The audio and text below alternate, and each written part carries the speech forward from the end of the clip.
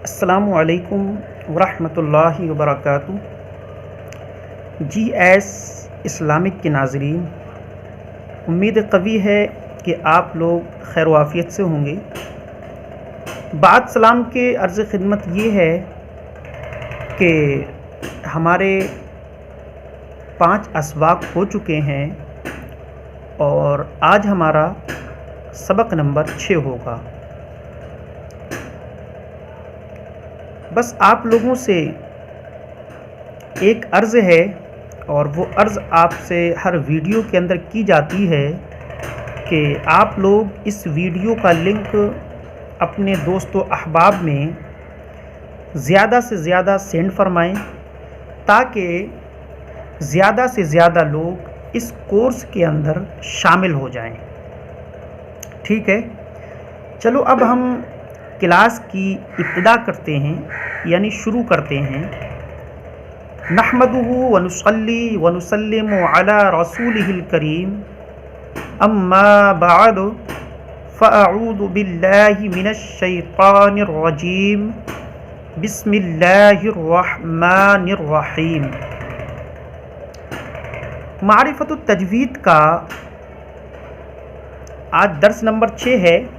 فائدے میں لکھا ہے، مصنف علیہ الرحمہ لکھتے ہیں کہ جس جگہ سے حرف نکلتا ہے اسے مخرج کہتے ہیں، اور جس انداز سے حرف ادا ہوتا ہے اس کو صفت کہتے ہیں۔ مخرج اور صفت کے ساتھ حرف ادا کرنے کو تجوید کہتے ہیں، اور تجوید کے خلاف ادا ہو تو اس کو لحن کہتے ہیں۔ ٹھیک ہے، آج ہم اسٹیپ بائی اسٹیپ آپ کو بتائیں گے کہ حرف کے لغوی معنی کیا ہے، حرف کی اصطلاحی تعریف کیا ہے، حرف کے کتنے اقسام ہیں اور ان کی تعریفات کیا ہے۔ پھر اس کے بعد میں ہم بتائیں گے کہ مخرج کے لغوی معنی کیا ہے، مخرج کی اصطلاحی تعریف کیا ہے، اور مخرج کے کتنے اقسام ہیں اور ان کی تعریفات کیا ہے۔ پھر اس کے بعد میں ہم بتائیں گے کہ صفت کے لغوی معنی کیا ہیں، صفت کی اصطلاحی تعریف کیا ہے، اور صفت کے کتنے اقسام ہیں اور ان کی تعریفات کیا ہے۔ پھر اس کے بعد میں ہم آپ کو بتائیں گے کہ تجوید کے لغوی معنی کیا ہیں، تجوید کی اصطلاحی تعریف کیا ہے، تجوید کے کتنے اقسام ہیں، تجوید کا موضوع کیا ہے، تجوید کی غرض و غایت کیا ہے، تجوید کا حکم کیا ہے، اور تجوید کا مرتبہ کیا ہے، اور تجوید کا ثبوت کیا ہے۔ پھر اس کے بعد میں بات کریں گے کہ لحن کے لغوی معنی کیا ہیں، اور لحن کی اصطلاحی تعریف کیا ہے، اور لحن کے کتنے اقسام ہیں اور ان کی تعریفات کیا ہے۔ انشاءاللہ ہم اسٹیپ بائی اسٹیپ آپ کو بتائیں گے۔ اب سب سے پہلے ہم بات کرتے ہیں کہ حرف کے لغوی معنی کیا ہیں۔ تو دیکھیں، حرف کے لغوی معنی ہیں طرف یعنی کنارے کے۔ ٹھیک ہے، اور حرف کی اصطلاحی تعریف ہے، حرف انسان کی اس آواز کو کہتے ہیں جو منہ کے اندر سے کسی مخرج پر اعتماد کرتے ہوئے خاص کیفیت کے ساتھ باہر نکلے۔ حرف کس کو کہتے ہیں؟ حرف کہتے ہیں انسان کی اس آواز کو جو منہ کے اندر سے کسی مخرج پر اعتماد کرتے ہوئے یعنی ٹھہرتے ہوئے خاص کیفیت کے ساتھ باہر نکلے، اسے حرف کہتے ہیں۔ ٹھیک ہے، اب بات کرتے ہیں کہ حرف کے کتنے اقسام ہیں۔ تو دیکھیں، حرف کی 2 قسمیں ہیں، ایک ہے اصلی اور دوسری ہے فرعی۔ اب بات کرتے ہیں کہ اصلی کس کو کہتے ہیں۔ تو دیکھیں، اصلی کہتے ہیں وہ حروف جن کا مخرج معین اور مقرر ہو۔ یہ 29 ہیں، الف سے لے کر یا تک۔ ٹھیک ہے، اب بات کرتے ہیں کہ حرف فرعی کس کو کہتے ہیں۔ تو دیکھیں، حرف فرعی کہتے ہیں وہ حروف جن کا مخرج معین اور مقرر نہ ہو، بلکہ وہ حروف 2 مخرجوں کے درمیان سے نکلتے ہوں یا پھر صفت ذاتیہ کو چھوڑ چکے ہوں، مثلا الف لام وغیرہ کا پر ہونا۔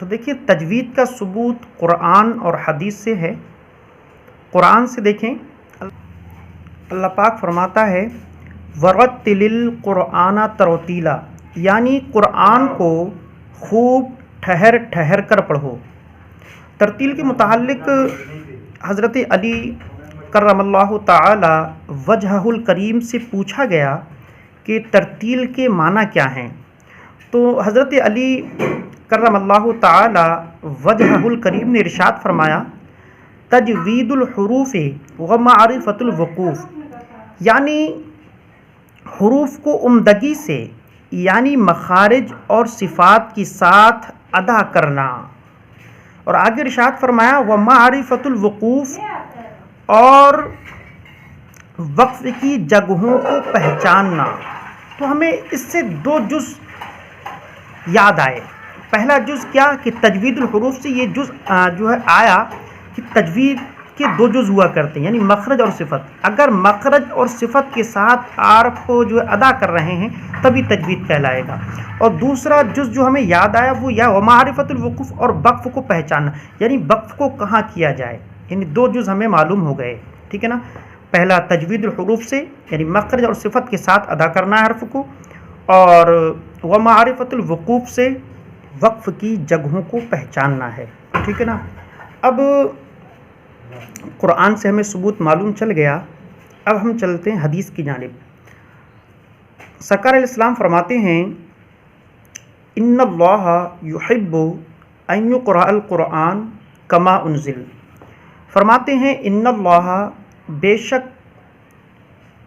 اللہ پاک، یحب پسند فرماتا ہے، ان یقرأ القرآن کہ قرآن کو پڑھا جائے اسی طرح، کما انزل جیسا کہ اسے نازل کیا گیا، ٹھیک ہے۔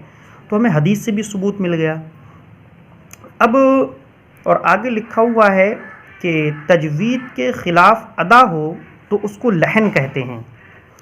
تو اب بات کرتے ہیں کہ لحن کے لغوی معنی کیا ہیں، اور لحن کی اصطلاحی تعریف کیا ہے، اور لحن کے کتنے اقسام ہیں۔ تو دیکھیں لحن کے لغوی معنی ہیں غلطی کے۔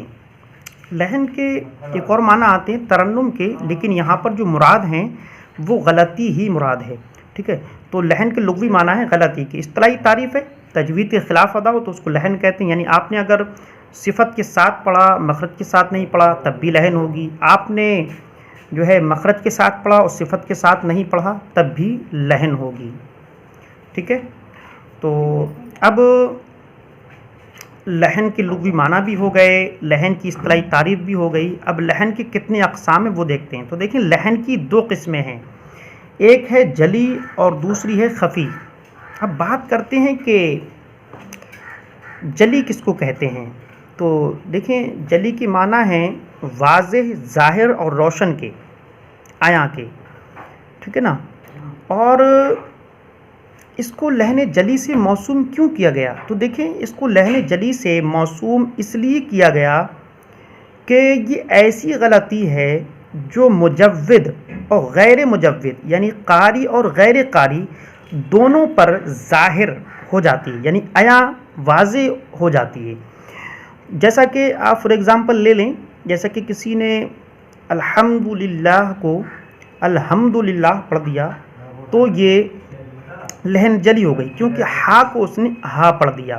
تو اس کو اگر بندہ قاری ہے تب بھی سمجھ جائے گا، اور غیر قاری ہے وہ بھی سمجھ جائے گا کہ بڑے ہا کو اس نے چھوٹا ہا پڑھ دیا ہے، ٹھیک ہے۔ اس لیے اس کو جو ہے لحن جلی سے موسوم کیا گیا کہ یہ غلطی ایسی ہے جو مجود اور غیر مجود دونوں پر ظاہر ہو جایا کرتی ہے۔